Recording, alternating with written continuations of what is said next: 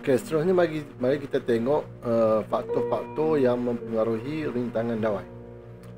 Okey, jadi dalam sini disebut faktor-faktor yang mempengaruhi rintangan ialah panjang dawai, okey, luas keratan rentas ataupun cross sectional area, so A, dan juga kerintangan dawai, rho.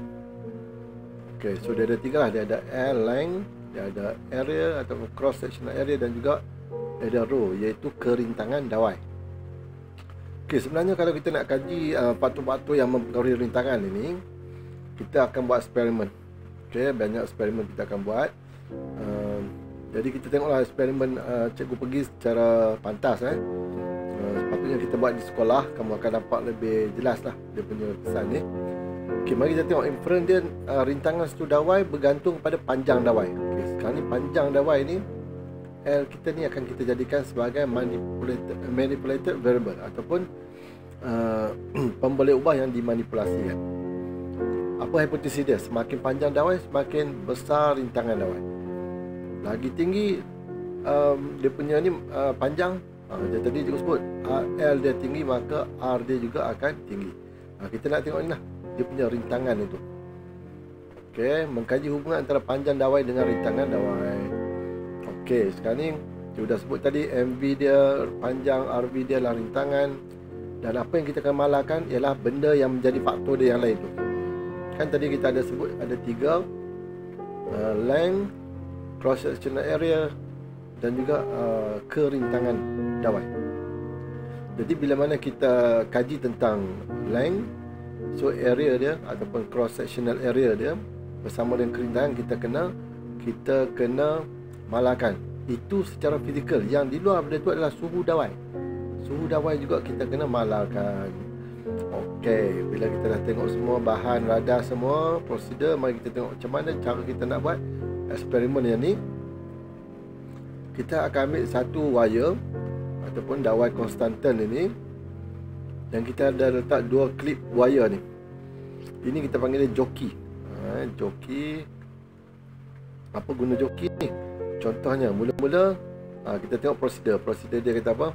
Laraskan klip wire P dan Q supaya panjang awal dia adalah 20 cm. Alright, 20 cm. Yang L asal ni 20 cm. Kita hidupkan switch, kita laraskan rheostat sehingga arus mencapai 0.5 ampere. So nilai arus ini kita kena malahkan. Setiap kali kita buat ni, kita akan gunakan nilai yang sama. Okay, I kita adalah 0.5 ampere. Lepas tu kita pun tengok bacaan voltmeter. Berapa bacaan voltmeter yang dekat panjang wire tadi ni, yang kita sambungkan di antara titik P dengan titik Q, yang panjangnya 20 cm tadi. Bila kita dah ambil bacaan dekat V ni, lepas tu kita ulang balik eksperimen ni dengan kita ubah joki ni, yang Q ni. Tadi 20 cm, sekarang ni kita ubah jadi 40, ubah jadi 60, ubah jadi 80, ubah jadi 100. Okey, kita akan ubah-ubah. Jadi kita akan tengok bacaan voltmeter ni. Berapakah bacaan voltmeter ni? Lepas tu kita akan kira rintangan berdasarkan formula R sama dengan V per I. Sebab dalam kes ni I kita maintain 0.5, V kita yang akan berubah-ubah bacaan bagi beza keupayaan itu. Okay, jadi bila kita buat macam tu, kita akan dapat table panjang dawai 20, 40, 60, 80, 100. Lepas tu arus dia kekal lah 0.5, 0.5, 0.5, sama je. Okay, 0.5. Lepas tu beza upaya ni kita akan nampak. Okay, kita akan nampak dapat nilai dia. Lepas tu bila kita kira rintangan, semakin tinggi panjang dawai ni, kita akan dapati nilai R yang kat hujung ni. Selepas kita ambil formula tadi R sama B perkan dengan I itu, kita akan dapati nilai R yang di bawah ni lebih tinggi daripada yang nilai di atas, iaitu 20 cm. Bermaksud sama tak dengan hipotesis kita? Memang sama. Hipotesis kita kata apa? Semakin tinggi panjang dawai, semakin tinggi rintangan. Kalau panjang bertambah, maka rintangan juga akan meningkat. Okay, inilah yang kita buat, inilah yang kita gunakan dalam mentol tu. Kenapa mentor kita perlu panjang-panjangkan sini? Sebab bila panjang, rintangan dia akan meningkat. Apa jadi kesan pada rintangan meningkat ni? Bila rintangan meningkat, dia akan generate heat energy. Heat dia akan meningkat. Sebab tu dalam lampu mentol, kan ini zaman dulu lah ni. Zaman sekarang kita tak pakai dah ni lampu mentol ni. Okay, zaman dulu kita banyak pakai lampu ni. Cuma mungkin masih ada diguna pakai dekat ladang-ladang ayam. Sebab dia perlukan haba dia nak panas. Walaupun dia buka lampu dia cahaya tak adalah terang sangat. Tapi haba tu diperlukan oleh ayam ataupun anak-anak ayam pada waktu malam supaya dia jadi panas lah. Ini kegunaan sama juga bila panjang ni kita nak hasilkan ni. Contohnya dalam cerek. Kenapa dalam cerek dia punya coil dia tu panjang? Kenapa dia buat dalam bentuk coil? Supaya menambahkan rintangan. Bila panjang bertambah, maka automatik rintangan dia akan meningkat. Bila rintangan meningkat, dia akan cepat menghasilkan haba. Sampai satu tahap dekat mentol ni, bukan saja haba, dia semakin panas, dia akan keluarkan cahaya infrared. Selepas inframerah dia keluar cahaya nampak. Yang kita belajar masa tingkatan 4 dulu, yang Michael Jackson kena hantar balik India Utara itu, ataupun mari jual kacang hijau bersama Upin tu kan. Ini warna pelangi lah. Inframerah, atas daripada inframerah ni ataupun selepas inframerah dia lah merah. Kita akan nampak lampu tu warna merah. Lepas tu kejinggaan. Jingga ni orange. Orange. Kalau lagi panas dia keluar warna kuning. Itulah. Jadi kita dapat daripada eksperimen bahawa memang semakin bertambah panjang, semakin bertambah rintangan. Okey, next. Lepas tu kita kaji pula berkenaan dengan luas kereta rentas dengan rintangan pula. Eksperimen yang hampir sama, memang hampir sama. Cuma yang kita ubah sekarang ni adalah luas kereta rentas. Itu kita punya MV. RV dia kekal sebagai rintangan. Dan juga bila kita kaji tentang A, maka panjang dawai. Yang L tadi kita kena ni rho tadi. Simbol ni rho. Ni nama dia rho. Takut kamu tak tahu pula ni. Rho ni simbol bagi kerintangan dawai. Rho ni juga kita pakai untuk density. Tapi dalam kes ni rho ini adalah untuk kerintangan. Okay, jadi ini semua kita malahkan. Kita buat eksperimen, dapat terbalik pula. Konstanta ni mula-mula kita guna 22. Lepas tu guna 24, guna 26, 28, 30. Ini dia semakin kecil dia punya ni. Dia punya diameter dia semakin kecil ni. Nombor kecil, diameter besar. Nombor besar 30 ni, diameter dia kecil je. Maka kita akan dapati bahawa kalau yang diameter besar macam ni, kalau A dia besar, rintangan dia rendah pula. Kalau A dia kecil, rintangan dia besar. Ini yang kita dapat daripada eksperimen, menunjukkan bahawa sekiranya wire tu semakin kecil, maka dia lagi tinggi rintangan. Ini juga faktor yang menyebabkan, kalau kamu perasan dalam mentol tadi tu, dia punya tungsten tu wire dia sangat-sangat halus je. Kan? Macam rambut je. Digulung-gulungkan supaya apa? Dia gunakan yang nipis dan juga tinggikan dia punya panjang tu. Dengan menggelungkan dia, jadi dia punya panjang akan meningkat lah. Cuba kamu tarik yang gelung tu, tarik mesti jadi sangat panjang, betul tak? Jadi kenapa dia nak halus ni? Kenapa dia nak sangat-sangat kecil diameter dia? Sebab dia akan menghasilkan rintangan tinggi. Bila rintangan tinggi, dia akan menghasilkan tenaga haba. Itu poin penting. Sebab tu dalam kita punya banyak lagi yang kita apply untuk dapatkan heat ni. Contohnya macam pembakar roti, kan, pembakar roti dia buat macam ni. Apa tujuan dia buat macam ni? Sebab dia nak bagi panjang lah, kan. Lepas tu dia tak guna yang tebal, dia guna yang nipis je. Dia punya line tu sebesar dawai kecil kan. Kerana apa? Nak tinggikan dia punya rintangan. Bila rintangan tinggi, haba akan meningkat. Lagi satu mudah macam ni lah untuk luas kereta rentas ni. Rintangan akan jadi tinggi bila mana cikgu selalu buat analogi macam ni. Kalau yang jalan besar ni, contohnya jalan highway. Yang kecil ni jalan kampung. Kan? Jalan highway dengan jalan kampung, katakanlah 100 kereta nak lalu pada masa yang sama.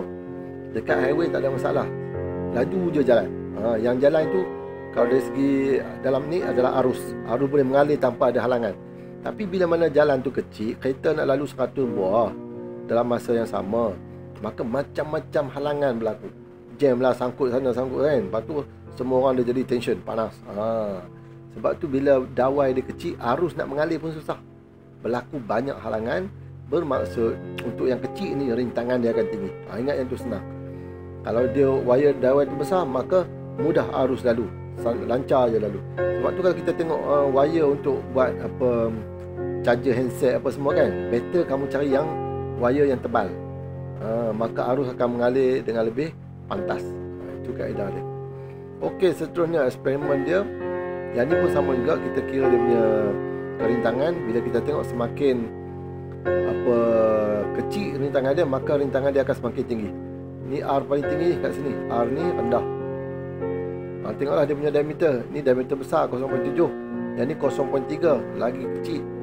So sini adalah diameter dia kecil, maka rintangan dia besar. Kalau sini diameter dia besar, rintangan dia kecil. Kita boleh nampak di sini bahawa diameter dengan R ini, R ni berkadar songsang dengan diameter. Kita boleh buat hubungan macam ni. Okay, R ni berkadar songsang dengan diameter. Okey, sama juga macam tadi dengan panjang. Panjang berkadar terus. Panjang tadi dia berkadar terus. Okey, kalau R ni dia berkadar terus dengan L.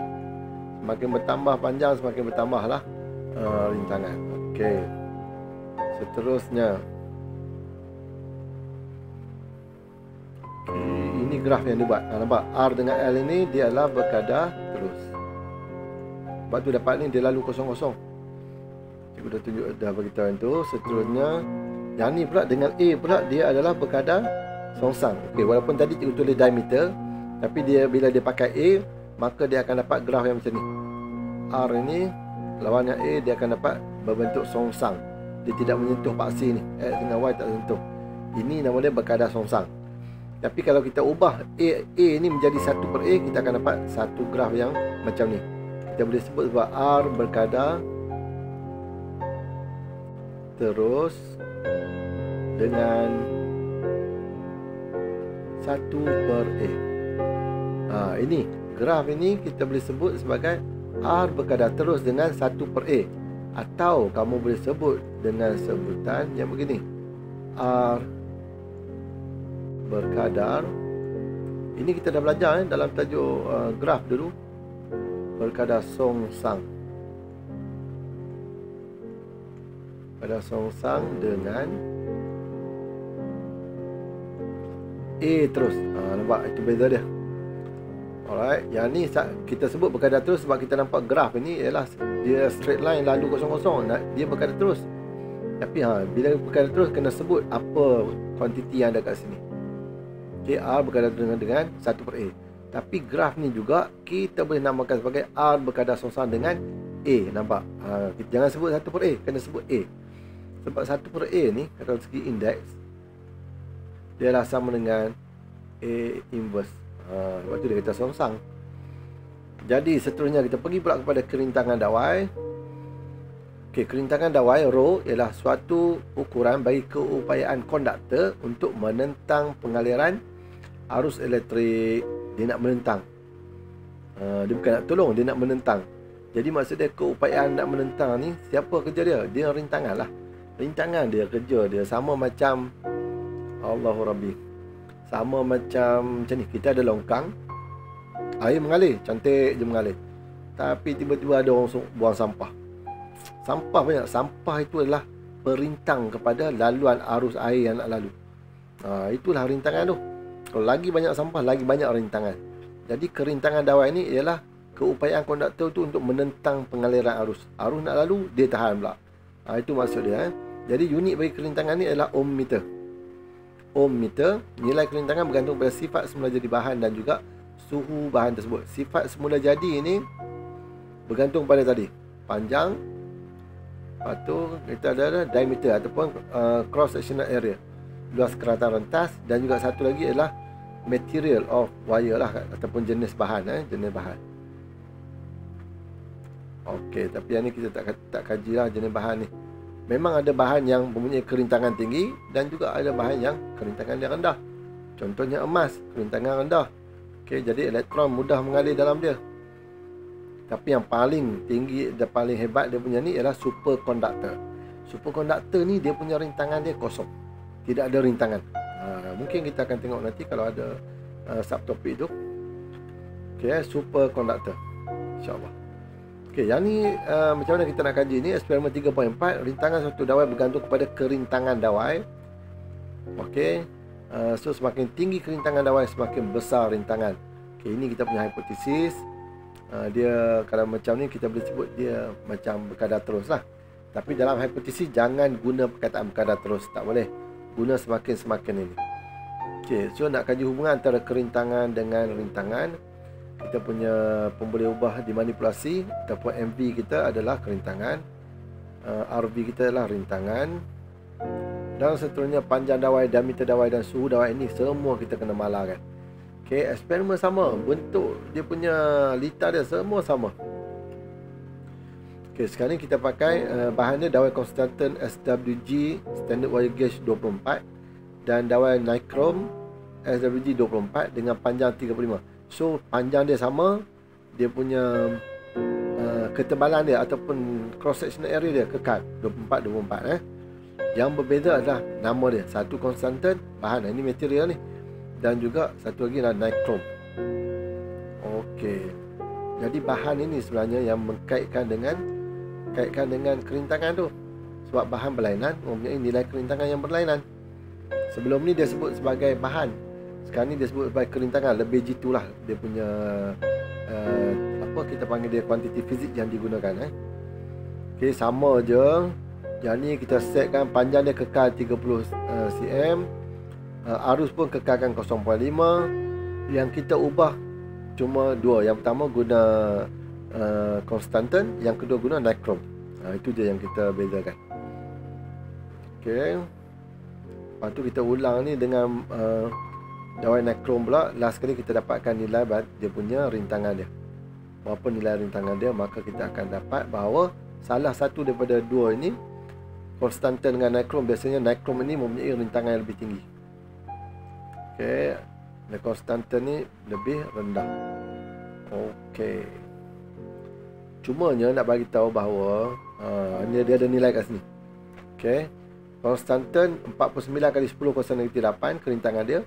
Tapi Nichrome 100 kali 10 kuasa negatif 8. Ini lagi tinggi rintangan dia. Okey, Konstantan nombor 2 49.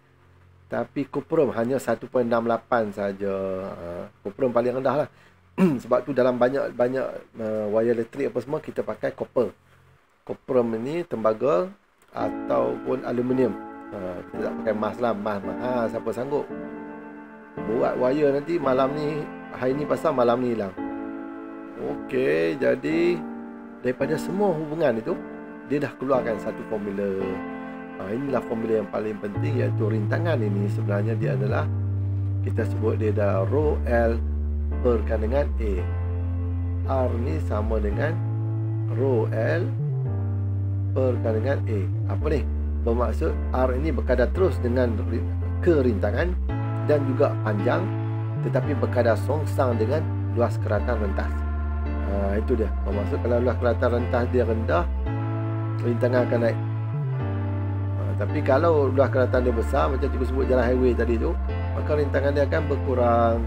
Itu beza dia. Yang lain, semakin tinggi kerintangan, semakin tinggilah rintangan. Semakin tinggi panjang wire, semakin tinggilah rintangan. Itu maksud dia. Dan last sekali mengkaji hubungan, mengkaji dan menguraikan aplikasi kerintangan dawai dalam kehidupan harian. Yang ni. Okey, maka kita dapat ni cikgu padam sebab kita nak tulis formula ni. Inilah formula yang kita dapat hasil daripada eksperimen yang kita buat tadi.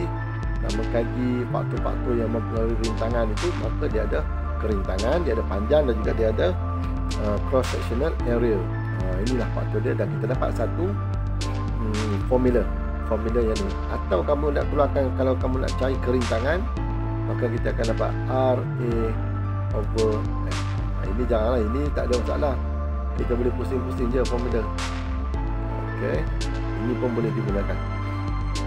Okey, seterusnya kita tengok aplikasi bagi kerintangan dawai dalam kehidupan harian.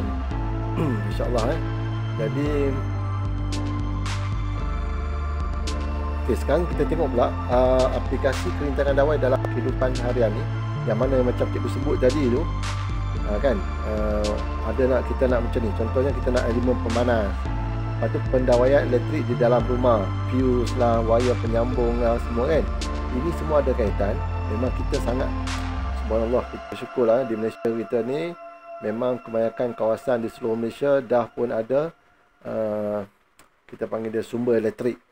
Kita tak sama macam 30 tahun, 40 tahun dulu masih pakai generator kan, pakai lilin, pakai pelita. Cikgu sempat lah zaman tu.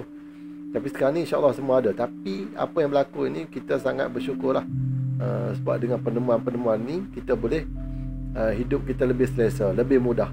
Kalau dulu masak nasi guna periuk dapur pakai yang kayu api kan, sekarang ni semua pakai elektrik. Mana ada lah pakai yang tu. Kalau tak pakai elektrik pun pakai dapur gas, kan. Okey, tapi lebih pada kita fokus ini kepada elektrik. Mari tengok. Contohnya adalah sebuah periuk nasi elektrik. Apa yang ada dalam ni? Dalam ni dia ada coil, dia ada pemanas. So piring pemanas bertindak sebagai elemen pemanas. Bahan konduktor yang mempunyai kerintangan dan tingkat lebur yang tinggi serta tahan lama. Dalam dia ni mesti ada yang kerintangan tinggi. Sebab apa? Kita nak rintangan tinggi. Bila rho dia tinggi, maka kita tahu dah tadi R dia juga akan tinggi. Dan mesti tingkat lebur dia tinggi. Kalau tidak, mudahlah dia lebur. Nampak? So benda-benda dalam tu semuanya dah dikaji oleh engineer, buat cantik punya. Lepas tu kita boleh masak mudah. Letak tu masak nasi senang sebab ada elemen pemanas. Termasuklah pemanas air panas yang di dalam bilik mandi tu pun sama juga. So wayar penyambung terdiri daripada dawai-dawai logam yang halus, dawai kuprum. Nampak kita pakai copper biasa digunakan kerana mempunyai kerintangan yang rendah bagi mengelakkan dawai menjadi cepat panas apabila arus mengalir melaluinya. Kita tak boleh ambil benda yang kerintangan tinggi. Kalau kerintangan tinggi nanti dia panas. Itu pun kita ada biasa tengok. Tiba-tiba kita punya kepala plug tu melebur, kan? Lembek nak terbakar, risau kan. Kadang-kadang ada wayar terputus, kita nampak dia kesan lebur. Sebab apa? Overflow. Kadang-kadang arus tinggi sangat, dia tak boleh tahan lagi, dia akan lebur. Itu yang bahaya tu. Kadang-kadang berlaku short circuit, arus akan tinggi lalu, maka terbakar ni. Wayar ni pun terbakar. Dengan dia punya penebat ni terbakar habis. Jadi hati-hati.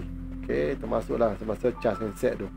Kalau boleh handset yang kamu cas tu jangan letak di atas benda-benda yang mudah terbakar. Kalau macam cikgu sendiri, cikgu cas, cikgu akan letak atas mozek atas lantai. Jangan letak atas tilam ke, atas ni ke, atas kayu yang kita tak tahu kita tak tahu. Takut jadi berlakunya short circuit. Nanti dia akan ni, kalau terbakar dia saja handset. Kalau kita letak atas mozek, selamatlah lagi. Kalau atas tilam, kat kampung cikgu pernah satu rumah tu terbakar disebabkan dia cas letak atas tilam.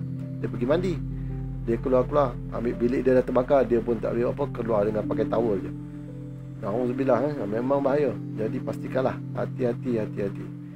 Okey, jadi bahan konduktor yang berbeza ini mempunyai nilai kerintangan yang berbeza. Begitu juga dengan bahan bukan konduktor, semikonduktor dan juga superkonduktor. Ini yang kita nak sebut ni, yang mempunyai nilai kerintangan yang berbeza. Konduktor kamu pernah dengar. Semikonduktor kita akan belajar dalam bab yang seterusnya insya-Allah. Dan superkonduktor kita nak belajar kejap lagi.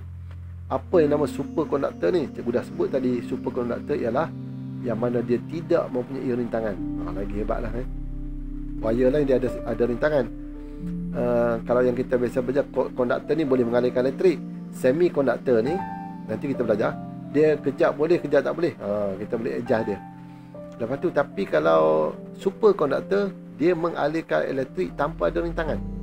Contoh, kita ada satu wayar, katakanlah arus masuk sini 10 ampere, keluar kat sana pun 10 ampere juga. Itu maksudnya tanpa rintangan, direct terus. Ini superkonduktor. Jadi bahan superkonduktor ni dia boleh mestilah dia boleh mengalirkan elektrik. Nama pun super kan. Super ni maksudnya lebih hebat lah. Kalau manusia pun boleh ada Superman, kan, maksudnya dia super ni lebih dahsyat lagi yang biasa-biasa punya. Kalau bukan konduktor, dia adalah penebat. Kalau bukan konduktor ni, dia adalah penebat. Dia tak boleh mengalirkan elektrik. Semikonduktor dia boleh mengalirkan lebih baik daripada penebat, tetapi kurang baik daripada konduktor. Dia di tengah-tengah di antara penebat dengan konduktor. Kejap boleh, kejap tak boleh, macam tu. Tapi konduktor dia memang boleh konduksi elektrik. Tapi kalau superkonduktor mengkondaksikan elektrik tanpa rintangan. Itu poin penting dia. Okey, kalau bukan konduktor, dia kerintangan dia sangat tinggi ataupun paling tinggi. Semikonduktor dia di antara penebat dengan konduktor. Kalau konduktor mempunyai nilai kerintangan yang rendah, maksudnya dia masih boleh mengalirkan elektrik. Tetapi kalau superkonduktor, dia kosong terus. Kerintangan dia tak ada langsung. Tidak ada nilai kerintangan bagi superkonduktor. Jadi contoh bahan ni kamu tahulah kalau penebat tu plastik, kayu, bahan-bahan yang memang kita tahu tak mengalirkan elektrik, kan. Tapi kalau semikonduktor, ni kita akan tengok nanti silikon tu apa, germanium tu apa. Alright, yang ni dalam bab yang seterusnya. Kalau pengalir besi, karbon, emas, kuprum, itu semua boleh mengalirkan elektrik. Tapi kalau yang superkonduktor, contohnya adalah cesium, apabila berada pada atau di bawah suhu 1.5 Kelvin. Okey, berada pada suhu tertentu, kita panggil dia critical temperature. Boleh dia bertukar daripada bahan yang biasa yang mempunyai kerintangan, tiba-tiba bila kita sejukkan dia terus jadi superkonduktor. Alright. Kita tengok sikitlah aplikasi dia. Contohnya kalau yang penebat tu ni, penutup plastik kotak fuse ni, ini kamu tahu ni, ada kat rumah kamu kan, yang benda ni tiba-tiba bila kilat satu rumah terpadam elektrik, itu dia ni lah tu, kita kata dia tendang, kan, automatik jatuh. Lepas tu kamu pun pergi tolak balik naik atas, baru dia hidup balik. Tapi bahan kat luar ni semua buat daripada penebat. Okey, lepas tu kalau silikon, kita buat biasanya kita buat IC ataupun kita buat chip silikon, integrated circuit. Dan pengalir standard lah, kamu dah tahu, lingkaran nikrom sebagai elemen pemanas dalam cerek lah semua ni, ni semua adalah. Tapi untuk superkonduktor ada kita buat dalam MRI, okay, magnetic resonance imaging.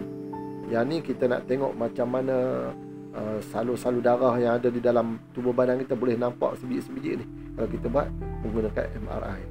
Dia menggunakan superkonduktor lah. Kalau nak tahu lebih lanjut, kamu boleh cari kat Google je sekarang ni, semua ada untuk benda-benda macam ni. So apa yang kita nak fokus kat sini adalah superkonduktor, iaitu dia mengkondaksikan elektrik tanpa sebarang rintangan.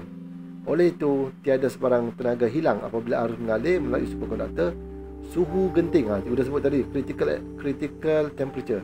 Suhu genting iaitu TC ialah suhu apabila kerintangan suatu superkonduktor menjadi sifar. Sebab kalau kita tengok graf dia, ni graf ini theta, katakan suhu, bukan theta lah, kita guna Kelvin, so kita kena guna simbol T. Right. So ini temperature. Bila kita sejukkan benda tu, dia akan turun sampai satu tahap dia ni mula rintangan berkurang ni, semakin berkurang sampai satu titik suhu tu berkurang, dia bertukar menjadi kosong terus rintangan dia. Yang ini kita namakan sebagai TC ataupun critical temperature. Dalam unit Kelvin sangat rendah lah. Pada waktu itu dia punya nilai rintangan dia kosong terus. Okey, jadi yang ni kamu boleh buat lah, suhu genting apa semua. Mari kita tengok nak selesaikan masalah melibatkan rumus rintangan dawai. Okay, rumus rintangan dawai ni yang tadilah, yang kerintangan itu. Kerintangan dawai konstanten dengan panjang 50 cm dan diameter 0.6 mm ialah 49 kali 10⁸ ohm meter. Hitungkan rintangan dawai konstanten tersebut. Ini senang ni. Yang penting ingat balik yang ni, cikgu selalu ingatkan.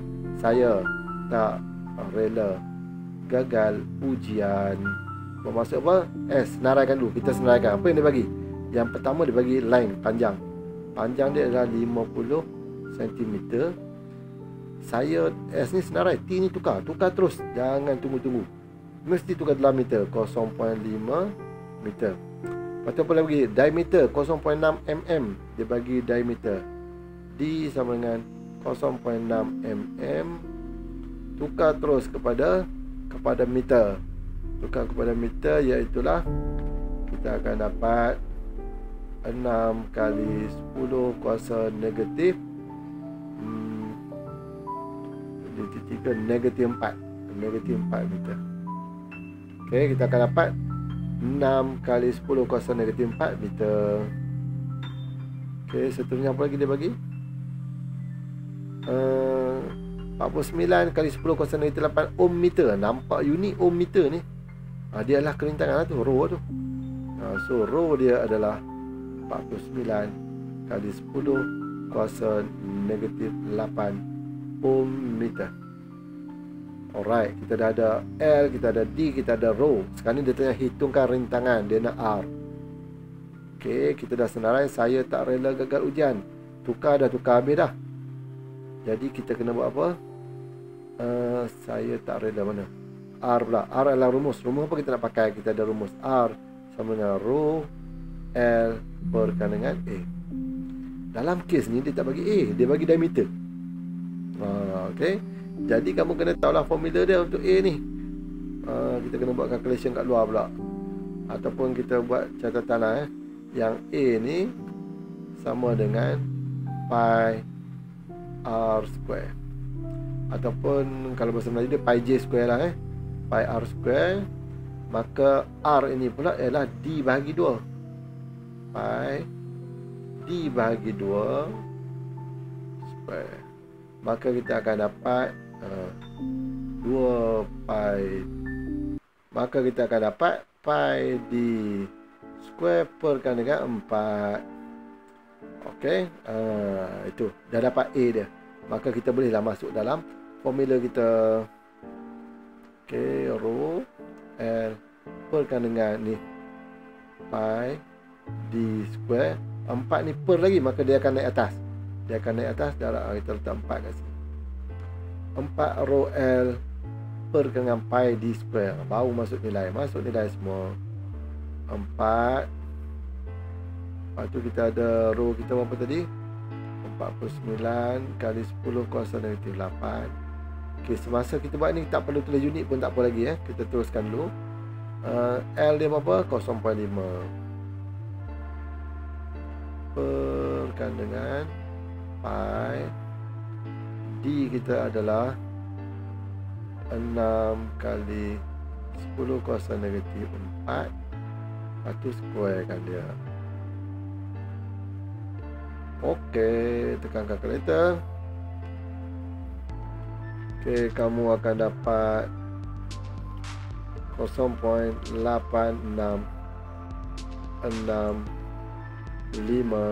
ohm. Okey, kamu akan dapat 0.8665 ataupun bolehlah kita ambil 3 titik perpuluhan 0.867 ohm. Inilah kita punya rintangan. Selesai. Okey, boleh InsyaAllah. Seterusnya, tengok soalan yang kedua pula. Okay, dia kata Azwan ialah seorang kontraktor di Taman Kota Puteri. Dia mendapati bahawa segulung wayar kumpulan tulen dengan panjang 500 meter dan jejari 0.5 mm mempunyai rintangan 10.8 ohm. Berapakah nilai kerintangan? Dia nak kerintangan pula. Keluarkan macam tadi, macam biasa senaraikan. Kamu senaraikan yang kita ada dah L 500 meter. Lepas tu kita ada jejari jejari. So dia adalah R. Okey, ataupun kalau JJ lah. Juga dia adalah 0.5 mm tukar kepada meter. 5 kali 10 kuasa negatif 4 meter. Okey, kena tahu mili ni mili ni adalah 10 kuasa negatif 3. Kukutlah kamu lupa itu prefixes ataupun imbuhan dia. Jadi kamu kena ingatlah start daripada tera, giga, mega, kilo, hekto, deka, desi, senti, mili, mikro, nano, piko. Walaupun dia ada sampai bawah yokta, zokta apa semua kan. Itu tak perlulah kamu tahu sampai daripada ni je. Daripada tera sampai ke piko, itu pun dah cukup baik. Okey, dah ada L, dah ada R. Lepas tu ada apa lagi yang dia bagi? Rintangan R besar pun dia bagi, iaitulah 10.8 ohm. Okey, 10.8 ohm. Dia nak cari kerintangan. Kerintangan senang Dia nak R, rho, dia nak rho. So rumus apa kita nak pakai? So penyelesaian dia adalah kita ada R sama dengan rho L perkan dengan A. Maka kalau rho, kalau cikgu memang suka pusing formula dulu. RA perkan dengan L Lepas tu baru cikgu masuk nilai. Cikgu akan ambil perkara yang kita nak cari tu, letak sebelah siap-siap. Dah pusing semua, baru kita akan masukkan ni. Cuma yang ni sama juga kes macam tadi. Dia bagi J ataupun ni, kita kena buat ni dulu lah. A ni sama dengan pi r square. So kat sini kita ada apa tadi? Tak payah ubah apa lah, pi r square je. Kamu terus tukar je nanti. So kita ada A ni adalah pi r square. So R pi r square perkan dengan L. Dah selesai, masukkan nilai. Maka R kita adalah 10.8. Okey, 10.8 pi R kita adalah 5 kali 10 kuasa negatif 4. 5 kali 10 kuasa negatif 4 dikuasa 2 kan, perkan dengan 500 meter. Okey, tekan kalkulator, jangan salah tekan. Okey, nak tekan senang saja. Kamu tekan 10.8. Lepas tu darabkan dengan shift ESP ni untuk dapatkan pi, darab pi. Lepas tu darab lagi kurungan, buat kurungan 5 ESP eksponen ni lepas tu tekan negatif 4. Lepas tu tekan X kuasa 2, tekan tutup kurungan sama dengan, dah dapat sama dengan, lepas tu bahagikan dengan 500.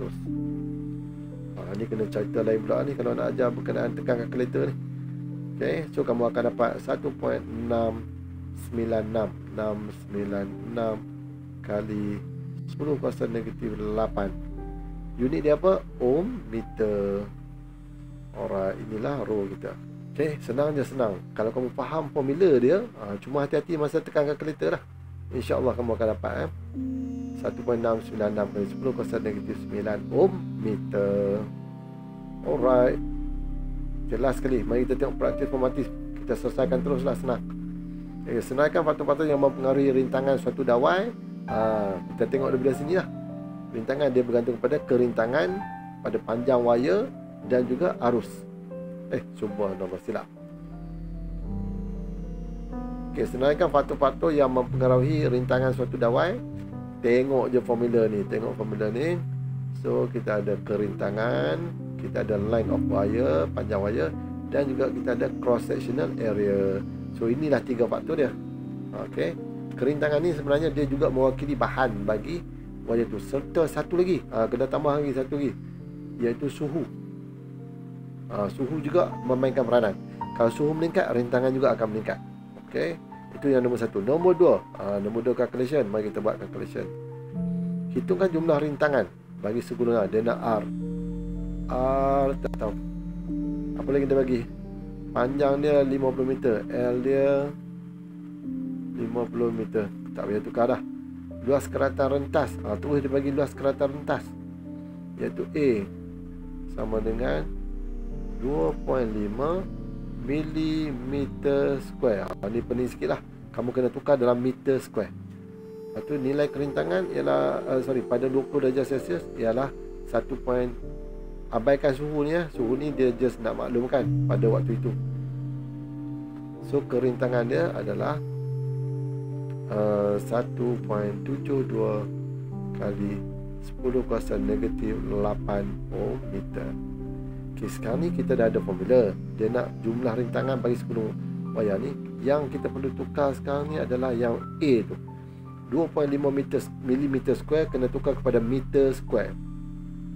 Okay, macam mana keadaan dia? Cikgu tunjuk sikit untuk kamu menukar unit. Okay, tukar unit Antara kaedah ni macam ni.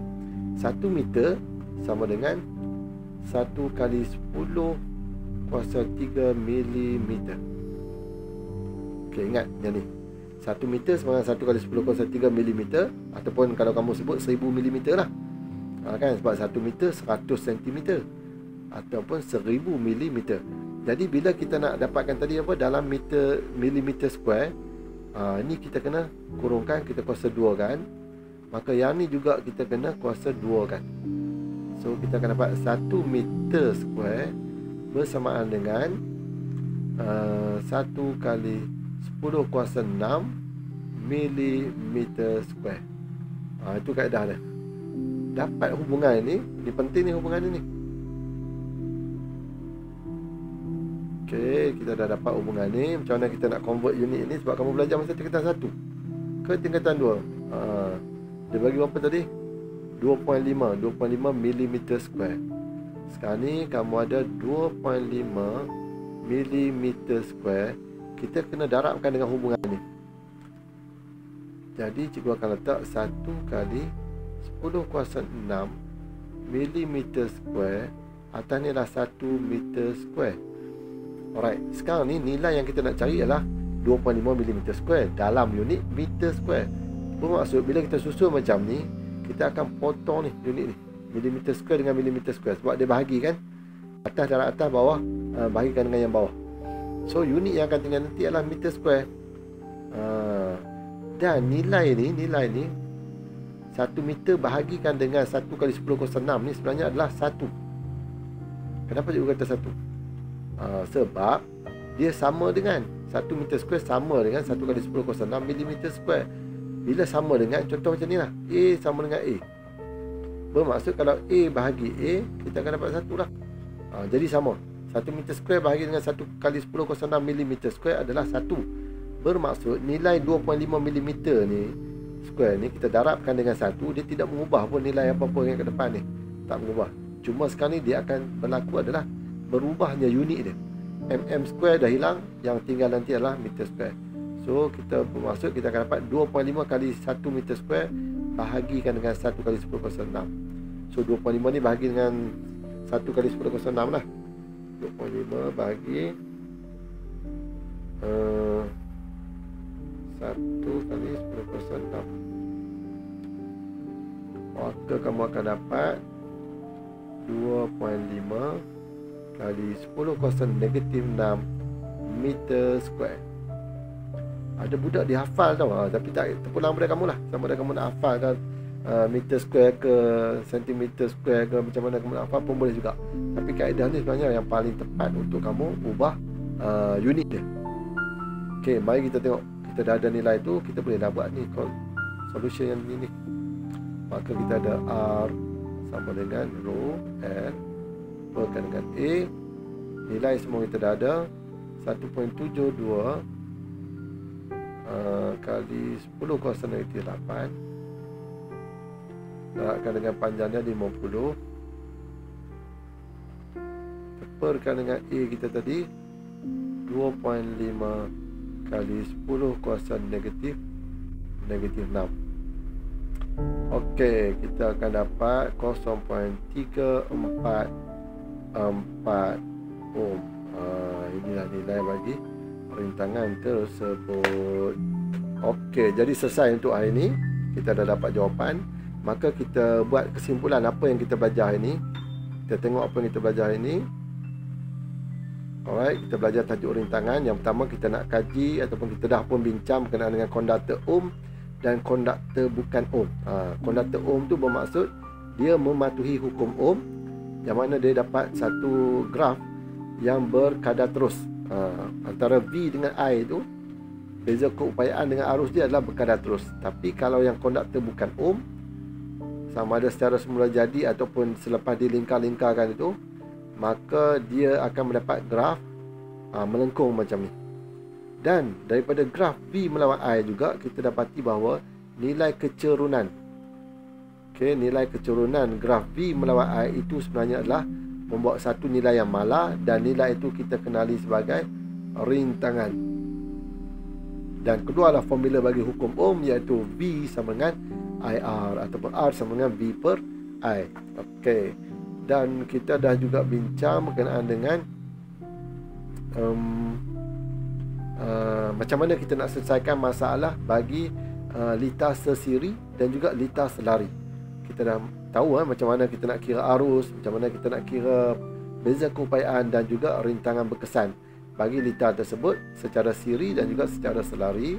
Lepas tu kita dah tengok contoh-contoh semua, dan kita dah bincang juga faktor yang mempengaruhi rintangan dawai, iaitu panjang dawai, luas kerata rentas area ataupun cross sectional area, dan juga kerintangan. resistivity, bahasa Inggeris dia resistivity, kerintangan. Dan satu lagi selain daripada ini semua faktor fizikal, yang bukan fizikal adalah suhu. Okey, suhu lagi satu. Jadi kita dah tengok eksperimen, banyak eksperimen, semakin panjang wire semakin tinggi rintangan.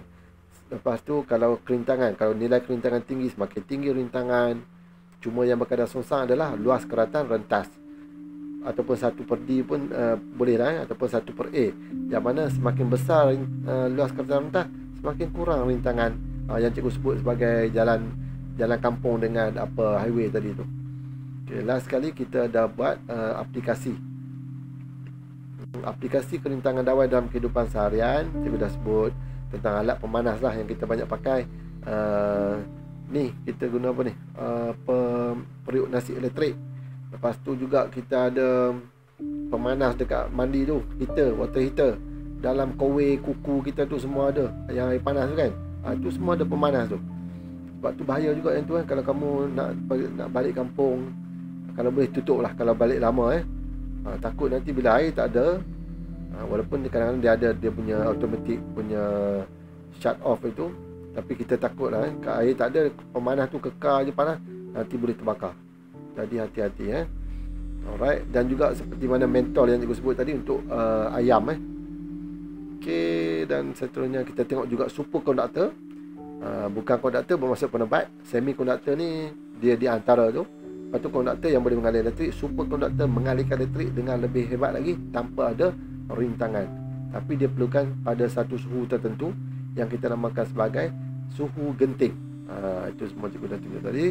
Dan last kali kita menyelesaikan masalah melibatkan rumus R sama dengan rho L perkan dengan A. Alhamdulillah. So selesai tugasan kita hari ini. InsyaAllah ada rezeki, ada umur, kita akan jumpa lagi. Assalamualaikum warahmatullahi wabarakatuh. Bye bye.